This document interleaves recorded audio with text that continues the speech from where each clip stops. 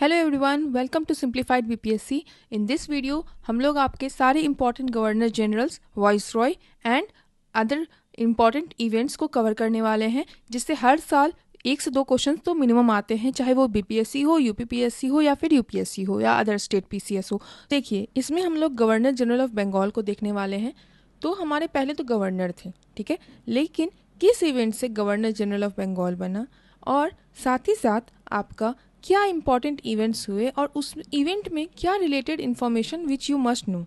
अब क्या पूछता है कि इस गवर्नर जनरल के समय में ये इवेंट हुआ था या नहीं, तो आपको वो सारे इवेंट्स को ज़रूरी है ये जानना। ये one of the most important topic है। So let's start. सबसे पहले हमारे गवर्नर जनरल रहे हमारे वॉरेन हेस्टिंग्स, ठीक है, जो कि जिनके अंदर आया आपका रेगुलेटिंग एक्ट ऑफ 1773। इसी के थ्रू आपका गवर्नर जो है वो ऐसा गवर्नर जनरल बने, ठीक है। अब इसमें क्या था, ये क्यों आया था? क्योंकि उस समय करप्शन बहुत ज़्यादा हो गया था। आफ्टर बैटल ऑफ बक्सर दीवानी वगैरह आ गया था इनके पास, तो ये आपका वो लोग करप्शन बहुत ज़्यादा इंगेज हो गए थे, उनके ये प्राइवेट जो एम्प्लॉयज़ थे। तो इसलिए आपका रेगुलेटिंग एक्ट ऑफ 1773 पार्लियामेंट का वो पहला स्टेप था, जिससे हम लोग ईस्ट इंडिया कंपनी के मिस रूल को कंट्रोल करने वाले थे। साथ ही साथ एक गवर्नर जनरल भी बनाने वाले थे बंगाल में। और उसके साथ हम लोग क्या किए कि एक क्रिएटिव मतलब एग्जीक्यूटिव काउंसिल बना दिए, और अब हम लोग क्या किए कि जो बॉम्बे और मद्रास का प्रेसिडेंसी था ना, उसको हम लोग बंगाल के अंदर स्ट्रेटेजिक मैटर के लिए ले आए, ठीक है। तो वहाँ के गवर्नर अब यहाँ के गवर्नर जनरल के अंदर आ गए हैं, ठीक है। तो यहाँ से आपका सेंट्रलाइजेशन शुरू हो रहा है, ठीक है। तो इतना हमें यह पता होना चाहिए। उसके बाद हमारा कौन सा ऐसा इंपॉर्टेंट इवेंट था, तो पिट्स इंडिया एक्ट ऑफ 1784, जिसमें एक डुअल सिस्टम बना। और अब जो है ब्रिटिश के कैबिनेट्स के अंदर इनडायरेक्ट कंट्रोल में लोग आ गए। अब कैसे ये हुआ, तो देखो, पहले तो सीओडी था, मतलब कंपनी ऑफ डायरेक्टर्स था। अब क्या हो गया, बोर्ड ऑफ कंट्रोल भी बन गया। अब इनके अंदर आपको पावर दे दिया गया कि हम लोग इनके पास फाइनेंसेस का इशू हो, ये पावर आ जाएगा। तो इसके थ्रू हमारा बहुत कंट्रोल बढ़ गया फॉर ईस्ट इंडिया कंपनी, ठीक है। तो डुअल गवर्नमेंट का मतलब board of control and court of directors, ठीक है, ये बन गया। अब इनके पास क्या था, कॉमर्शियल्स, अब ये, और इनके पास पॉलिटिकल पावर्स, ओके। तो ऐसे आप याद रख सकते हैं कि जो मतलब ईस्ट इंडिया कंपनी जो भी ट्रेड वगैरह कर रही थी ना, कोर्ट ऑफ डायरेक्टर्स के अंदर कर रही थी। सी से सी होता है, तो कोर्ट ऑफ डायरेक्टर्स से कमर्शियल आ गया। बीपी ब्लड प्रेशर होता है ना, तो बोर्ड ऑफ कंट्रोल से आपका पॉलिटिकल पावर आ गया, ठीक है। अब रोहिला वॉर 1774 में हुआ, वो भी वॉरेन हेस्टिंग्स के समय में हुआ है। वॉरेन हेस्टिंग्स आपके 12 साल का टेन्योर रहा है इनका, तो इसलिए बहुत सारे इवेंट्स हम लोग देखेंगे। अब इसमें क्या हुआ कि देखिए, यहाँ पे जो हमारे अवध के नवाब थे ना, उनको चाहिए था हेल्प। क्यों चाहिए था? क्योंकि जो अफगान चीफ्स थे ना रोहिलखंड में, वो लोग हमला कर रहे थे। तो इसीलिए ब्रिटिश ने उनको हेल्प किया कि भाई मैं तुम्हें हेल्प करूँगा हराने में, और बाद में इसी से हमारा आप क्या बढ़ गया, हमारा अवध में उनका कंट्रोल बढ़ गया, ठीक है। चले, फर्स्ट मराठा वॉर भी हुआ जो 1775 से 1782 के बीच में हुआ था। इसमें क्या हुआ कि ब्रिटिश ने सपोर्ट किया किसको, तो रघुनाथ राव को। एक मराठा वो भी थे कि उनको भी पावर चाहिए था।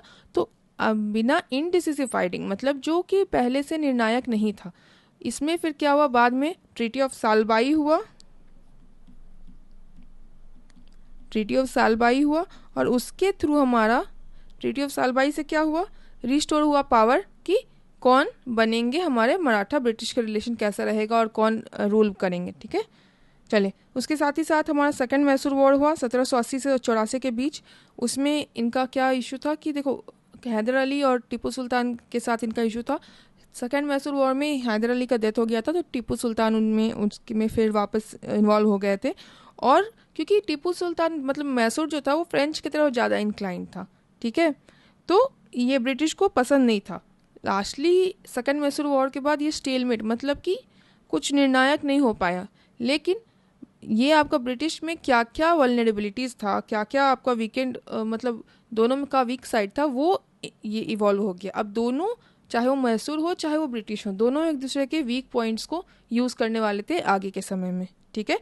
तो कौन कौन सा हो जाएगा, एक बार फिर से बोल देती हूँ। Warren Hastings first governor general, यहाँ पे अगर first GG, be governor general of Bengal, और उसके बाद सेंट्रलाइजेशन हुआ और उसके बाद आपका रेगुलेटिंग एक्ट आया, पिट्स इंडिया एक्ट आया, रोहिला वॉर आया, मराठा वॉर आया, सेकेंड मैसूर वॉर आया, ठीक है।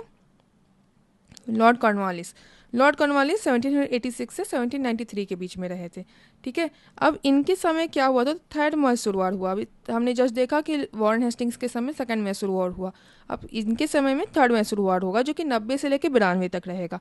और उसमें क्या हुआ आपका, तो कॉलिशन था एक एक्चुअली।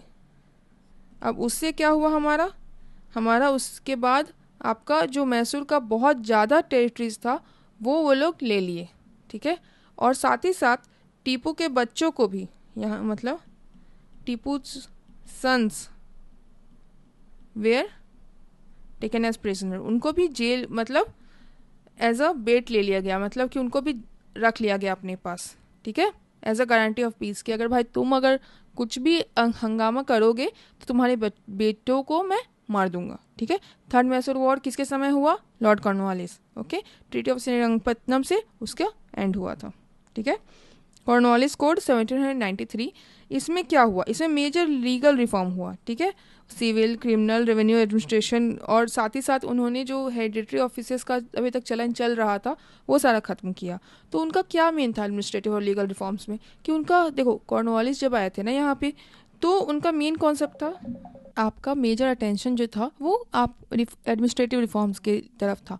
साथ ही साथ वो खुद एक ज़मींदार रहे थे, तो इसके कारण उनको लगता था कि अगर हम लोग एक सेटलमेंट, उन्होंने इंट्रोड्यूस किया परमानेंट सेटलमेंट, तो परमानेंट सेटलमेंट के थ्रू वो चाहते थे कि ज़मीनों के जो क्वालिटी है, यील्ड है, जो पैसे वहाँ से रेवेन्यू जनरेट हो रहा है वो और बढ़ा सके। तो इसीलिए उन्होंने क्या किया कि परमानेंट सेटलमेंट 1793 में लाया, और उसके साथ ही आपका लैंड टैक्स को फिक्स कर दिया, ठीक है, कि इतना आपका इतना दिन के लिए इतना पैसा मुझे चाहिए, उसको पट्टा बोलते थे।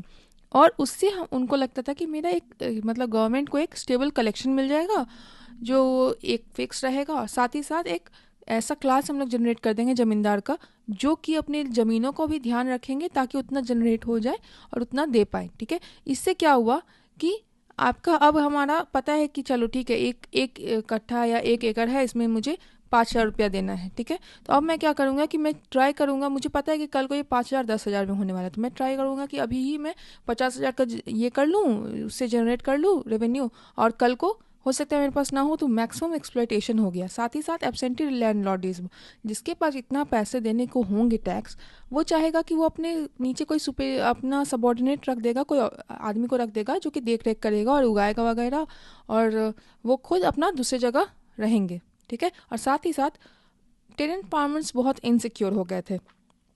क्यों हो गए टेनेंट्स, जो हमारे किसान भाई हैं, वो इसलिए हो गए थे क्योंकि उनको कोई अब सिक्योरिटी नहीं था। पहले का जो ज़मींदारी था, जो हमारा ट्रेडिशनल चला आ रहा था, वो एक वंशानुगत था कि ठीक है, कि आपके जो सपोर्टिंग क्लास हैं हमारे, जो कुछ काम करते थे ज़मीनों में, वो भी, और जो मेन ज़मींदार होते थे वो भी, दोनों परिवार के रूप में रहते थे। लेकिन अब क्या है कि क्योंकि लैंडलॉर्डिज्म आपका इस टाइप का हो गया, एब्सेंटी हो गया है, लोग अलग अलग रहते हैं, हर कुछ साल पे ऑक्शन होता है, बोली लगाया जाता है, तो दोनों का जो आपका ज़मींदार हो गया और वर्कर्स हो गए, दोनों का लाइफ ये इनसिक्योर था, कोई स्टेबल नहीं था। इसलिए दोनों ही अपना मतलब लैंडलॉर्ड्स तो अपना चाहते थे कि मैक्सिमम इसी बार में मुझे रेवेन्यू जनरेट हो जाए और फिर मैं छोड़ दूंगा इस ज़मीन को, क्या फ़र्क पड़ता है, फर्टिलिटी कम हो तो कम हो, ठीक है। इसके कारण उपज खराब हो गई, और उधर जो वर्कर्स थे उनको सही से पैसा नहीं देते थे क्योंकि इनको लैंड मतलब ज़मींदार्स को पैसे निकालने थे वहाँ से, तो इसीलिए परमानेंट सेटलमेंट फेलियर हो गया, ठीक है। इसके बाद आते हैं जॉन सोर। तो इनका दो पॉलिसी हम लोग देखते हैं, ये कब से कब तक थे, 1793 से 98 के बीच में थे।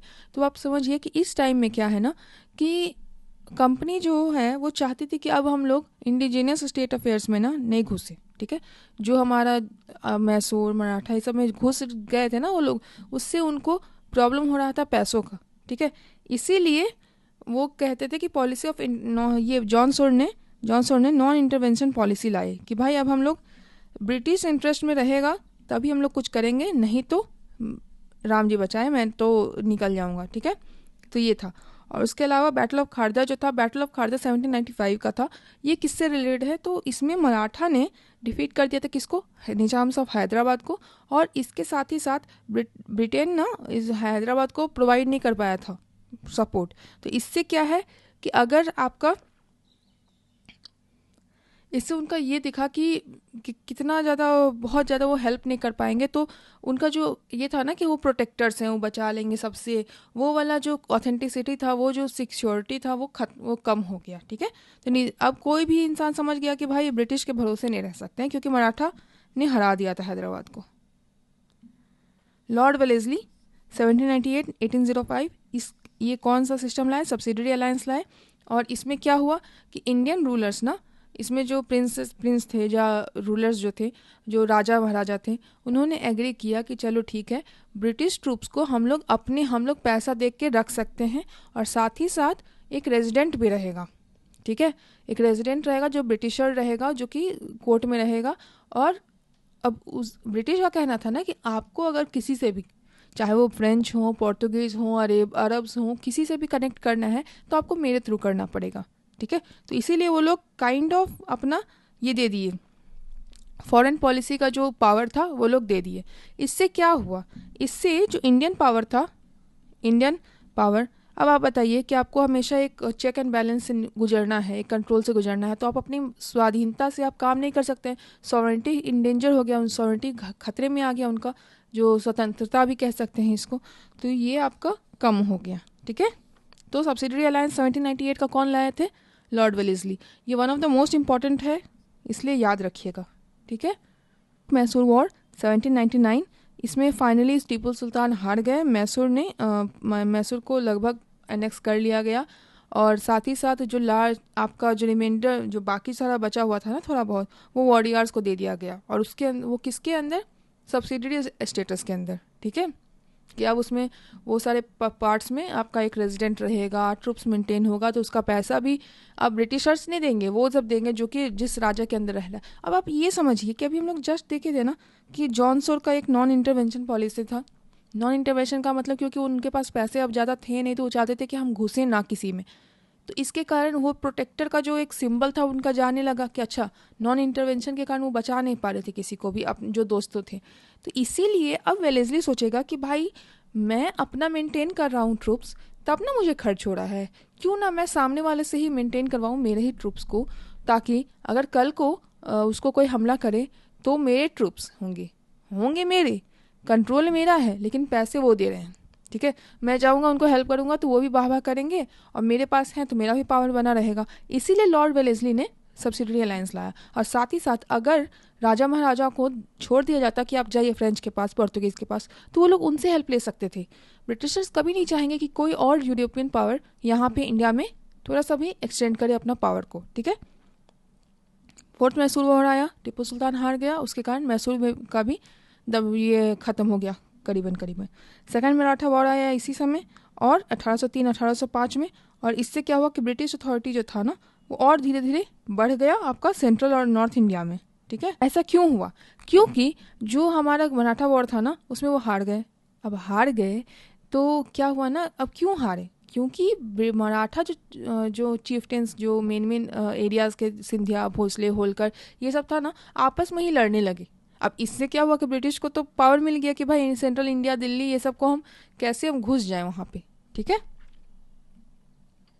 उसके बाद आए सर जॉर्ज बार्लो 1805 से 1807 के बीच। इसके बीच एक ही इम्पोर्टेंट म्यूटिनी था, जो कि सिपॉय म्यूटिनी था, जो कि वेलोर में हुआ था। ये एक फर्स्ट मेजर मिलिट्री रिवोल्ट था, जो कि अगेंस्ट था ब्रिटिश ओवर रिलीजियस इंटरफेरेंस। ठीक है, तो बेसिकली यहाँ पे क्या हुआ था कि आपका रिलीजियस इनसेंसिटिव ड्रेस कोड बना दिया गया था कि ऐसे पहनो, ऐसे करो, नहीं करो। और यहाँ तक कि देखिए वेलोर में क्यों लड़ाई हुआ? वेलोर है किधर? साउथ इंडिया में ट्रेडिशन को बहुत ज़्यादा रिस्पेक्ट होता है।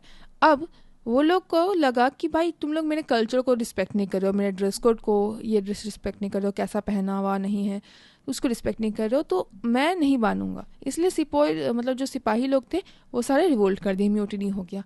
और इसको सिर्फ फिर कैसे ख़त्म किया गया? मास एग्जीक्यूशन हुआ, बहुत लोगों को मार दिया गया। साथ ही साथ इतना मिलिट्री रूल्स लाया गया कि सबको अब इजीली कंट्रोल कर लिया जा रहा था। ठीक है, तो ये किसके समय होगा? जॉर्ज बार्लो के समय। अब हमारा लॉर्ड मिंटो 1807 से लेके 1813।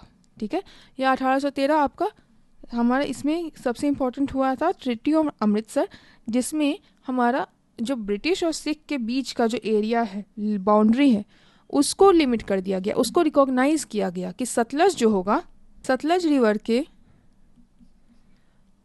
वेस्ट में रंजीत सिंह और सतलज रिवर के ईस्ट में हमारा ब्रिटिश का ये रहेगा।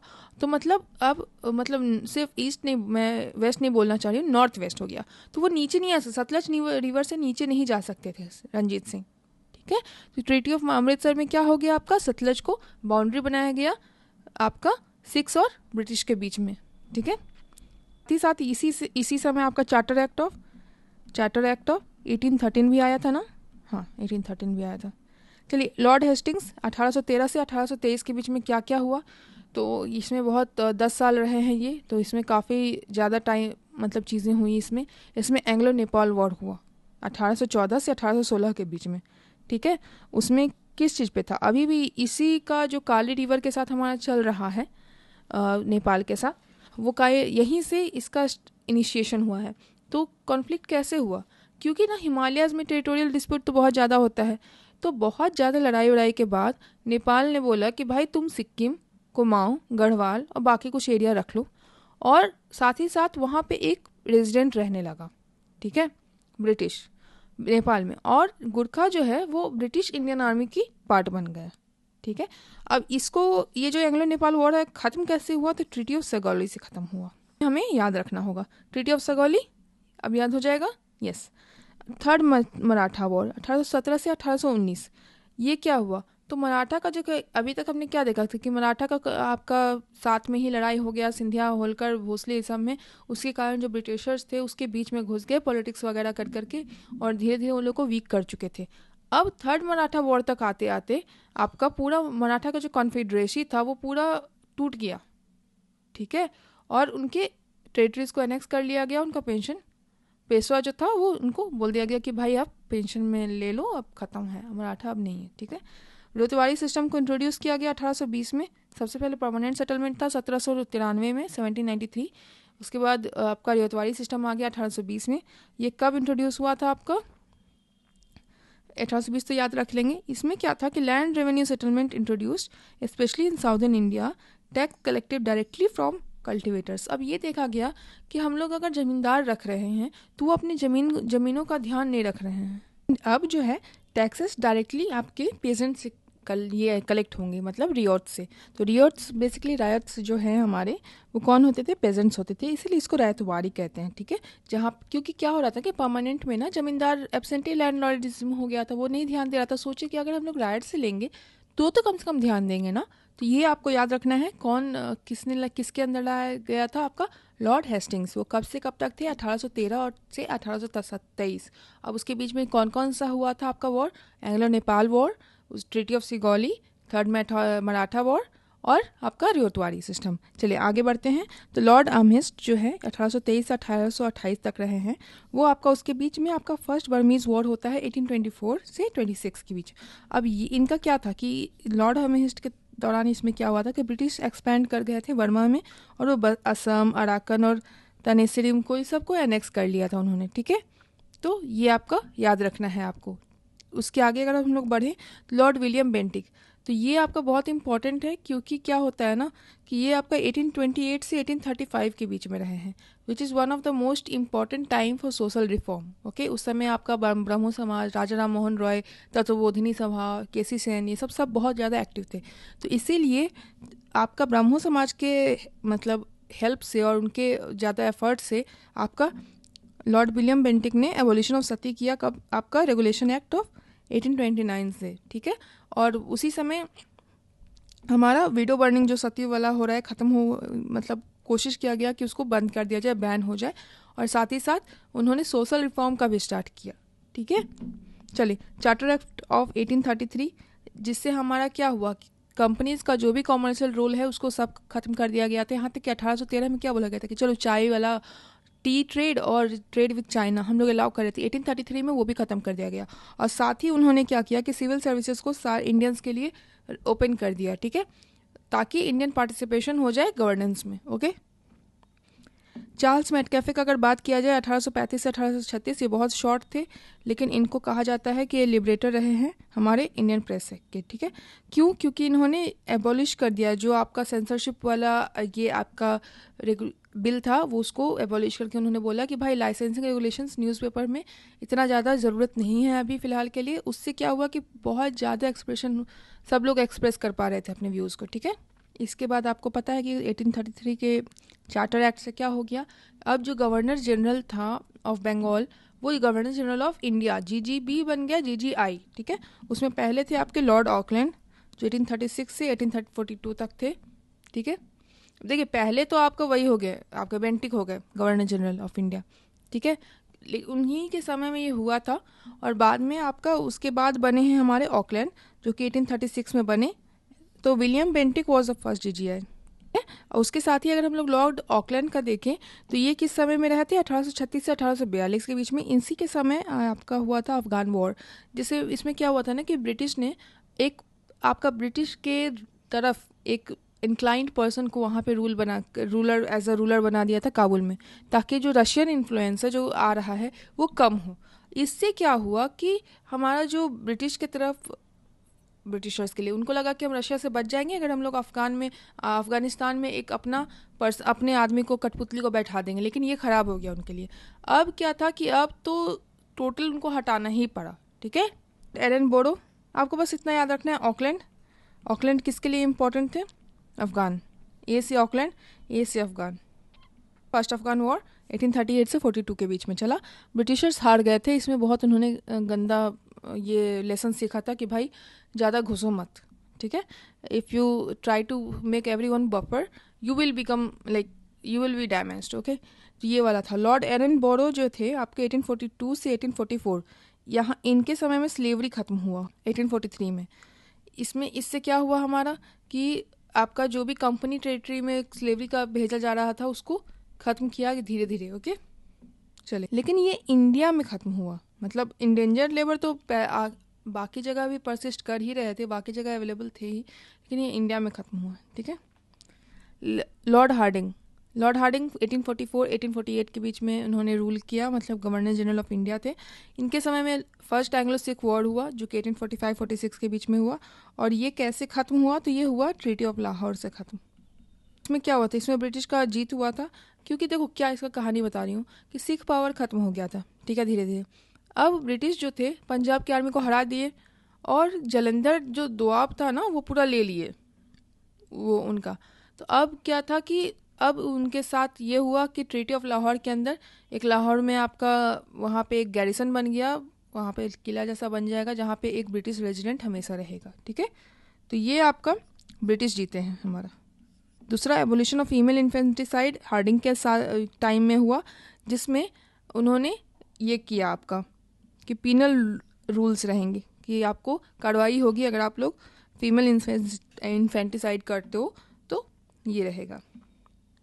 Lord Dalhousie, one of the major cause of 1857 और फर्स्ट वॉर ऑफ इंडिपेंडेंस को कहा जाता है। और ये कौन कहे हैं, इनकी किसके द्वारा ये कहा गया है, ये आप लोग मुझे कमेंट सेक्शन में बताएंगे। ठीक है, तो लॉर्ड डलहौजी के अंदर क्या हुआ था कि सेकंड एंग्लो सिख वॉर हुआ था। ठीक है, इससे आपका जैसे अभी हमने फर्स्ट एंग्लो सिख वॉर देखा 1845 से 46 के अंदर, सेकंड एंग्लो सिख वॉर से आपका 48 से 49 के बीच में पूरा सिख का जो सॉवरेन रूल है वो खत्म हो गया। पंजाब को एज अ प्रोविंस एनेक्स कर लिया गया।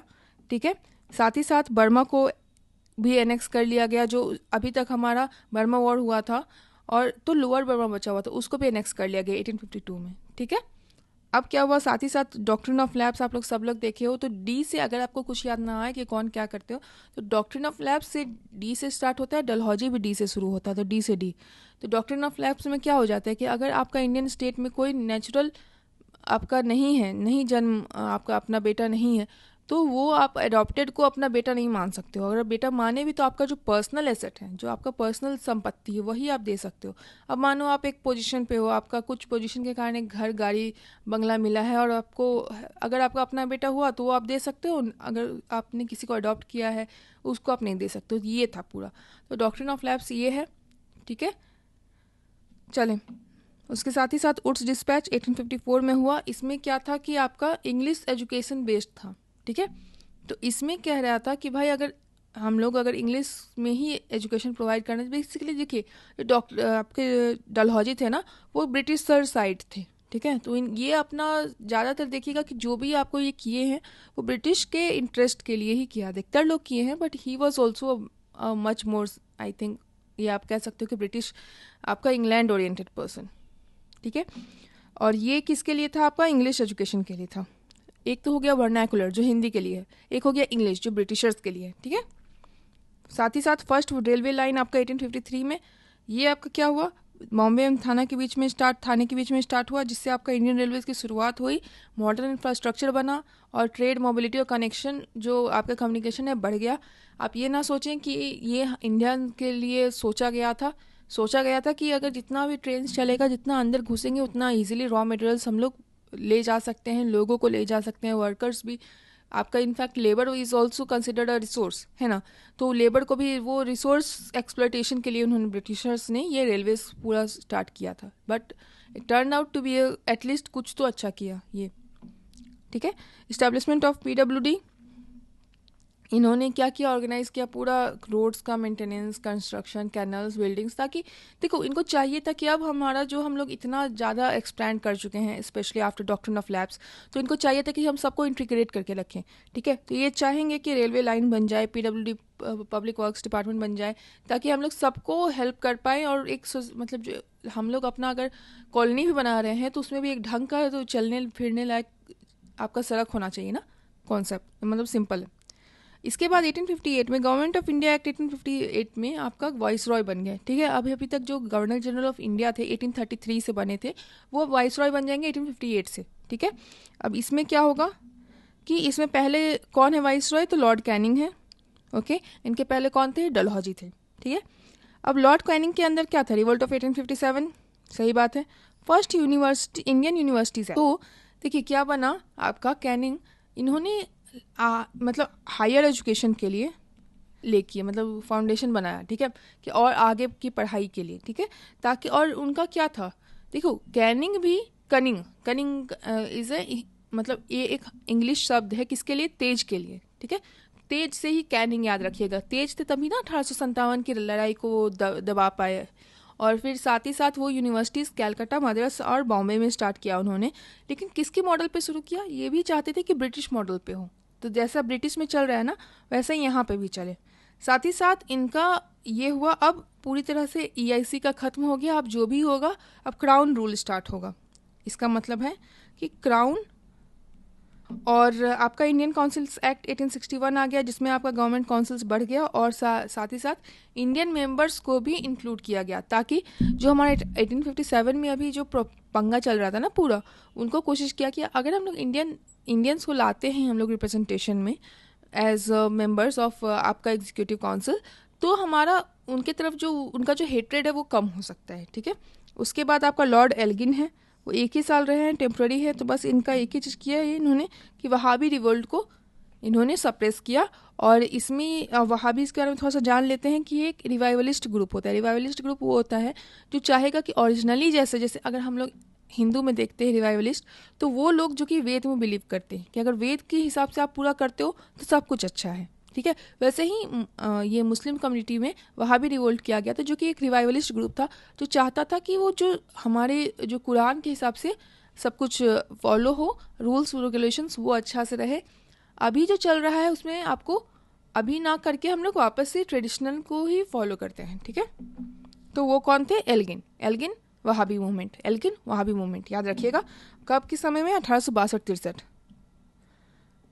लॉर्ड जॉन लॉरेंस 1864 से 69 तक।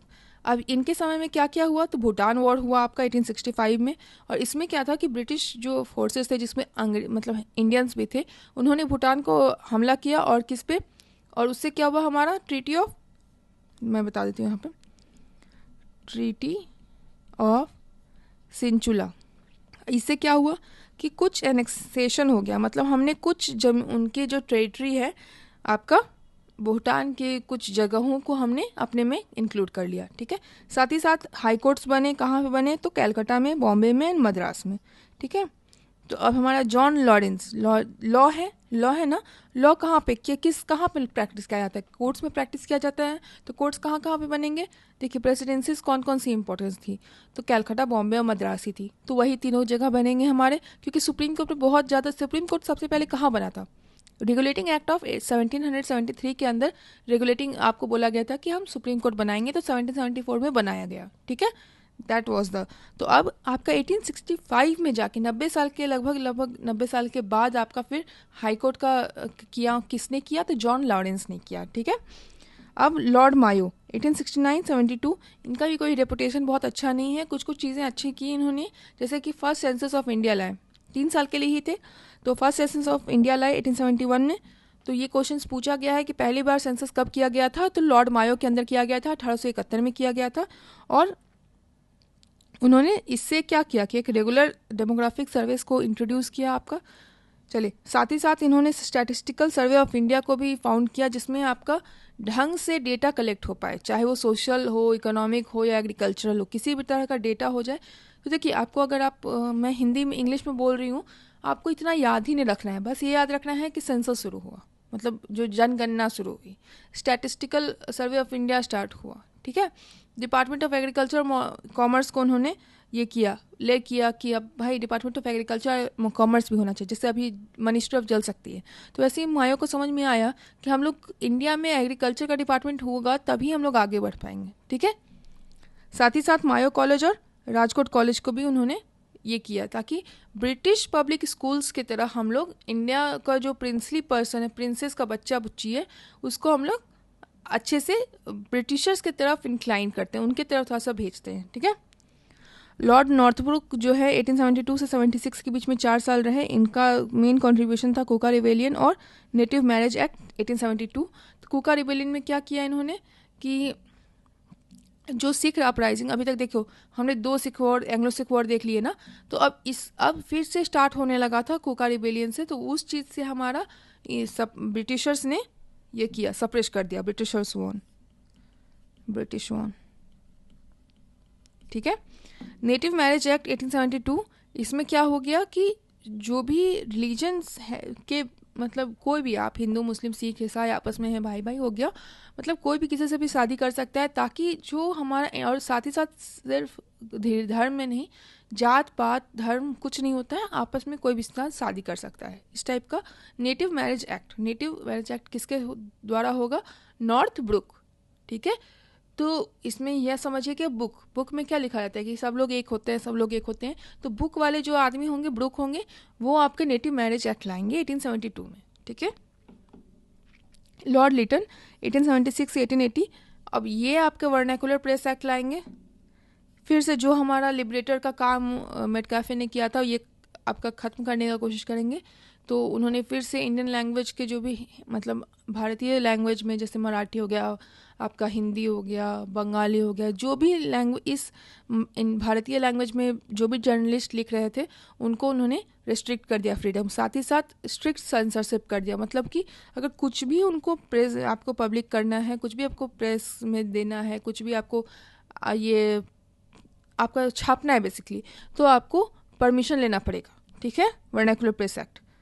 उसके बाद आर्म्स एक्ट 1878, इसमें क्या है कि इंडियंस को आर्म्स रखने से मना कर दिया गया। तो लिटन, ठीक है, तो ये बहुत ही बदमाश टाइप के थे, I should not use this word, मतलब थोड़ा सा इनका एंटी इंडियन कह सकते हो आप, क्योंकि इनका कोई भी ऐसा आपको ये नहीं मिलेगा, प्रोविजंस नहीं मिलेगा जो कि इंडिया को बहुत ज़्यादा सपोर्ट कर रहा हो, ठीक है।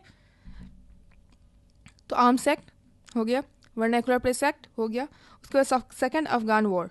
तो अब हमारा क्या था कि हमने एक बार अफगान के मात खाई थी, कैसे? क्योंकि हम लोग अपना पपेट को रखे थे वहाँ पे, तो वहाँ क्योंकि हमको रशिया से बचना था, तो हमको लगा कि अगर वहाँ पर कोई आदमी रहा तो अच्छा रहेगा। लेकिन क्या हुआ, हमारा बैकफायर कर गया। तो फिर से सेकेंड अफगान वॉर हुआ, जिससे क्या हुआ कि एंग्लो रशियन जो हमारा मतलब ये था ना, इंग्लिश का रशिया से प्रॉब्लम था, क्योंकि रशिया भी इम्पेरियलिस्ट था, वो भी आगे बढ़ना चाहता था, और अंग्रेज भी चाहते थे कि हम लोग भी आगे बढ़े। तो आपस में दोनों का लड़ाई होता था। अब इसके कारण क्या हुआ कि हमारा एक ये कुछ टाइम के लिए ब्रिटिश ने काबुल को ऑक्यूपाई कर लिया, ठीक है। लेकिन फिर ज़्यादा कुछ हुआ नहीं, इसलिए ज़्यादा इंपॉर्टेंट नहीं है। सेकेंड अफगान वॉर किसके समय में हुआ, बस इतना याद रखिएगा, लिटन के समय में हुआ। उसके साथ साथ आपका क्वीन विक्टोरिया का जो empress, she was made the empress of India, कि वो रानी है इंडिया की, ठीक है।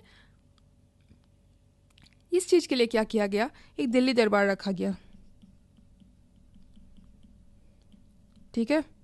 इस दिल्ली दरबार से क्या हुआ कि आपका बहुत बड़ा, अब एक तरफ 1877 का समय है, बहुत ज़्यादा मतलब लोग बहुत मुश्किल से जी रहे थे, और यहाँ पे दिल्ली दरबार मतलब जहाँ पे बहुत अनगिनत तरह के खर्च हो रहे थे, ठीक है। बहुत सेरेमोनियल हुआ था, बहुत बड़ा इवेंट हुआ था, ठीक है। तो 1877 में दिल्ली दरबार लगा था आपका, किसके लिए, कि क्वीन विक्टोरिया को एम्प्रेस ऑफ इंडिया बनाया जाए। लॉर्ड रिपन थोड़ी सी बेहतर इनका इमेज है, और क्यों, क्योंकि इन्होंने वर्नाकुलर प्रेस एक्ट को हटा दिया, जो कि किसके द्वारा लाया गया था, आपका लिटन के द्वारा। जस्ट अभी हम लोगों ने लिटन का पढ़ा, तो वर्नाकुलर प्रेस एक्ट 1878 लाया गया था उनके द्वारा। 1882 में 4 साल के बाद इसको हटा दिया गया, ठीक है। और उससे क्या हुआ, इनको बहुत ज़्यादा अप्रिसिएशन मिला। साथ ही साथ इनके समय में ही फर्स्ट फैक्ट्री एक्ट हुआ 1881 में, जिसके कारण हमारा चाइल्ड लेबर, जो भी बच्चे हैं 7 साल से छोटे बच्चे नहीं काम कर सकते हैं। साथ ही उनका जो जितना देर काम करेंगे, चाहे वो बच्चे हो चाहे औरत हो, वो उसको लिमिट कर दिया गया, ठीक है। हुआ हो ना हो, मतलब सही में हुआ कि नहीं हुआ, लेकिन एटलीस्ट कागज़ पे तो हुआ ना। तो आज तक किसी की हिम्मत भी नहीं थी कागज़ पे करने का, लेकिन अभी तक किसी ने वैसा मतलब नहीं लिया था स्टेप। लेकिन एटलीस्ट रिपन के इस स्टेप से ना एक आदमी लोगों को होप मिला, एक मतलब आशा की किरण दिखी, ठीक है। साथ ही साथ उन्होंने लोकल सेल्फ गवर्नमेंट रिजोल्यूशन 1882 में लाया, जिसमें म्यूनिसिपल बोर्ड्स को बढ़ा दिया, रूरल लोकल बोर्ड जो गवर्नमेंट्स थे उनको भी बढ़ाया है, ठीक है।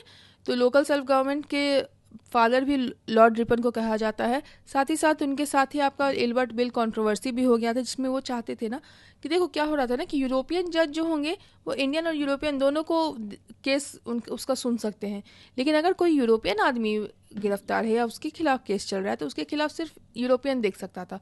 इस चीज़ को रिपन ने हटाया, बोला कि नहीं, इंडियंस भी देख सकते हैं।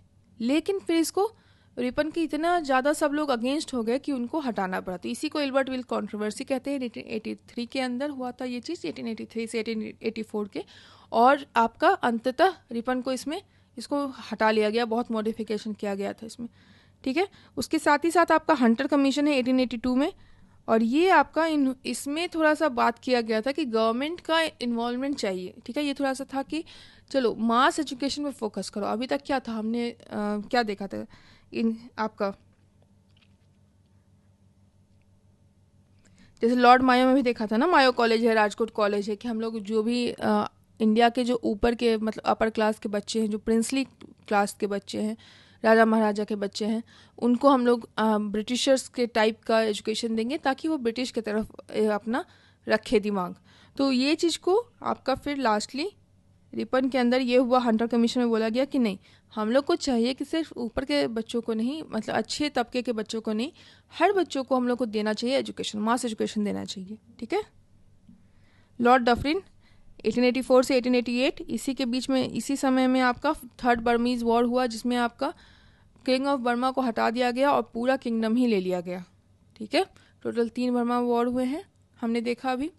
फर्स्ट में आपका असम और अराकन वाला एरिया पूरा लिया गया था, कुछ कुछ एक और एरिया लिया गया था। सेकंड में आपका लोअर बर्मा लिया गया था। थर्ड में आपका बर्मा के किंग को ही हटा के हम लोग पूरा बर्मा ही को एनेक्स कर लिए 1885 में, ठीक है। Foundation of Indian national Congress 1885 में हुआ कि ऑर्गेनाइज पॉलिटिकल मूवमेंट स्टार्ट हो गया, ठीक है। लॉर्ड लैंडसोन आपका 1888 से 94 के अंदर ये फैक्ट्री एक्ट इन्होंने लाया, जिसमें आपका वर्किंग कंडीशंस बेहतर किया गया, specially for women and children. Indian councils act लाया गया 1892, और इसमें क्या हुआ कि लेजिस्लेटिव काउंसिल्स को बढ़ा दिया गया। देखो यहाँ पे क्या है ना कि इसमें किसका इन्फ्लुएंस था, तो इसमें कांग्रेस का इन्फ्लुएंस आ चुका था, कांग्रेस आ चुका था 1885 में। तो इसके कारण ये वाला आपका इंडियन काउंसिल्स एक्ट 1892 में आपका जो लेजिस्लेटिव काउंसिल का जो मेंबरशिप है उसको बढ़ा दिया गया है, ठीक है। साथ ही साथ इंडियंस को भी इंक्लूड किया गया। दुरान कमीशन पूछा गया है बहुत बार क्वेश्चंस में, तो ये आपका it fix the border between India and Afghanistan दुरान लाइन। अभी हम लोग देख चुके हैं कि 2 अफगान वॉर जो भी हुआ, हम लोग को कुछ मिला नहीं, हम लोग को मतलब ब्रिटिशर्स को।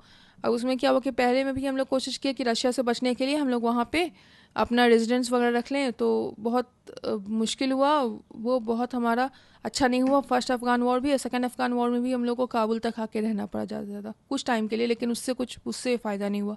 तो ब्रिटिश और रशिया के बीच में जो भी इश्यूज़ थे, उसके कारण जो भी ब्रिटिशर्स ने हेल्प मतलब स्टेप लिया, वो बहुत ज़्यादा कारगर महसूस नहीं हुआ। ठीक है। लॉर्ड एल्गिन टू 1894 से 99 के बीच में है, Lyell famine community.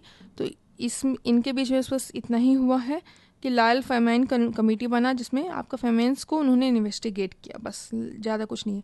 Lord Curzon बहुत इंपॉर्टेंट है। इन्हीं के समय में स्वदेशी अब पार्टीशन होने का समय आ गया है। तो 1899 से 1905, और इसमें इन्होंने क्या क्या किया आपका, तो इन्होंने आपका पुलिस कमीशन को बैठाया 1902 में, जिससे क्या हुआ कि रिव्यू और रिकमेंडेशन हो पाया इंडियन पुलिस रिफॉर्म का।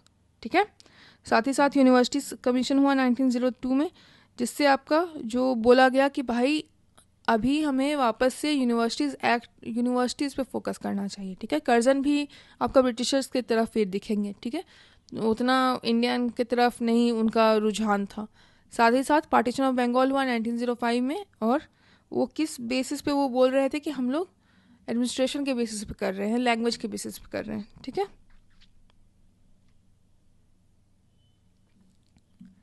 लॉर्ड मिंटो टू, इनको फादर ऑफ ये भी बोला जाता है कम्युनल इलेक्टोरेट।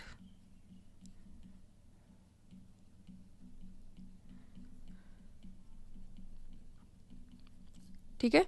और ये आपका स्वदेशी मूवमेंट इनके समय में ही हुआ था आपका, जिसमें मास बॉयकॉट हुआ था ब्रिटिश गुड्स का। उसके बाद सूरत स्प्लिट हुआ, मॉडरेट्स और एक्सट्रीमिस्ट को हटाया गया।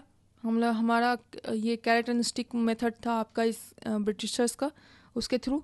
साथ ही साथ ऑल इंडिया मुस्लिम लीग बना 1906 में आगा खान के नेतृत्व में। और आपका मॉर्लेमेंटो रिफॉर्म्स भी आया 1909 में, जिसमें एक्सपेंड हुआ काउंसिल्स और सेपरेट इलेक्टोरेट्स को इंट्रोड्यूस किया गया मुस्लिम्स के लिए। ठीक है। लॉर्ड हार्डिंग टू 1910 से लेकर 1916 में है। इसके दौरान क्या हुआ, तो हार्डिंग टू के अंदर एनलमेंट मतलब ख़त्म किया गया किसको, पार्टीशन ऑफ बंगाल को। ठीक है।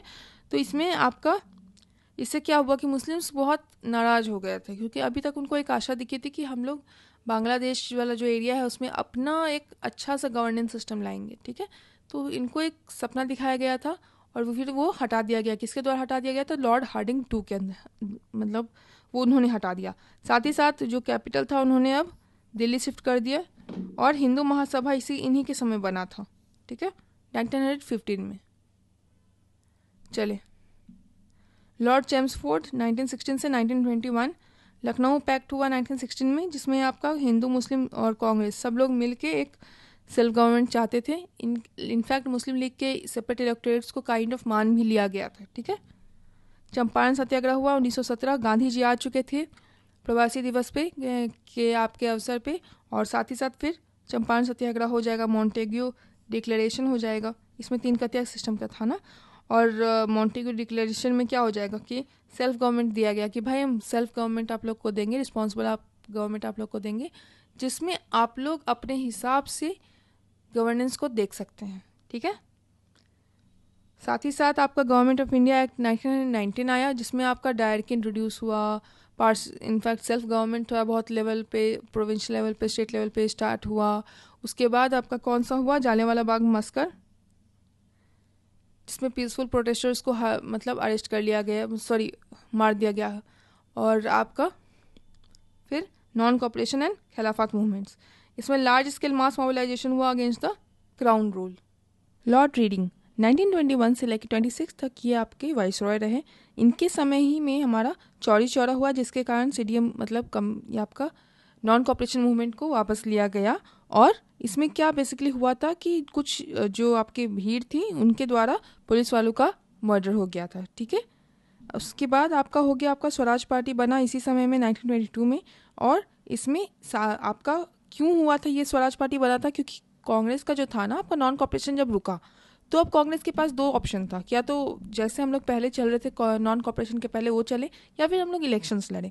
तो उसके लिए आपका 2 पार्टी बन गया, एक स्वराज पार्टी और एक आपका जो चल रहा था आपका नो सपोर्टर्स, नो आपका चेंजर्स थे, Swaraj party and no changers. Okay.